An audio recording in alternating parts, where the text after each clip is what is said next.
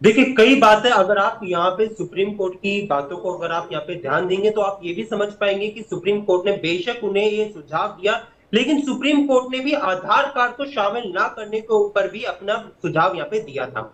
यही बात विपक्ष भी कह रहे हैं। अरे आधार कार्ड को, जिसको हम लोग जगह जगह पे इस्तेमाल करते हैं, हर किसी के पास आधार कार्ड, ड्राइविंग लाइसेंस, ये कुछ ऐसे दस्तावेज होते हैं जो कि हर किसी के पास होते हैं, तो उसको आप शामिल नहीं कर रहे। तो ये बात सर तो सुप्रीम ये कोर्ट ने आधार भी कार्ड बांग्ला कर रहे हैं यहाँ पे। अगर आप उसकी बात कर रहे हैं तो आपको याद होना चाहिए, अरुण जेटली जी ने भी कहा था, जब पहले हुआ था ये एसआईआर का, तो उस टाइम पे अरुण जेटली जी ने कहा था कि आधार कार्ड को भी शामिल करना चाहिए। आधार कार्ड को अगर हम शामिल करेंगे तो वोटर वेरिफिकेशन जो है वो बहुत लेकिन आसानी से अंश, हो।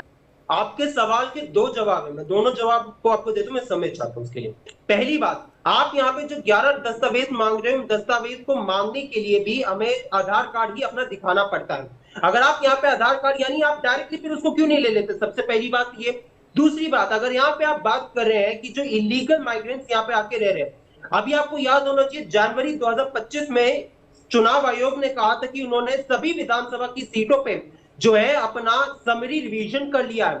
अगर आपने जनवरी 2025 तक कर लिया था, तो अब ये आप क्या पे क्या प्यूरिफाई कर रहे हैं, यानी आपको तब उस समय पे नहीं मिले थे क्या आपको इलीगल माइग्रेंट्स, जो आपको अब इलीगल माइग्रेंट्स नजर आ रहे हैं। ये सुप्रीम, ये चुनाव आयोग ने स्पष्ट शब्दों में तो अपना उसी जो की तो है वेरिफिकेशन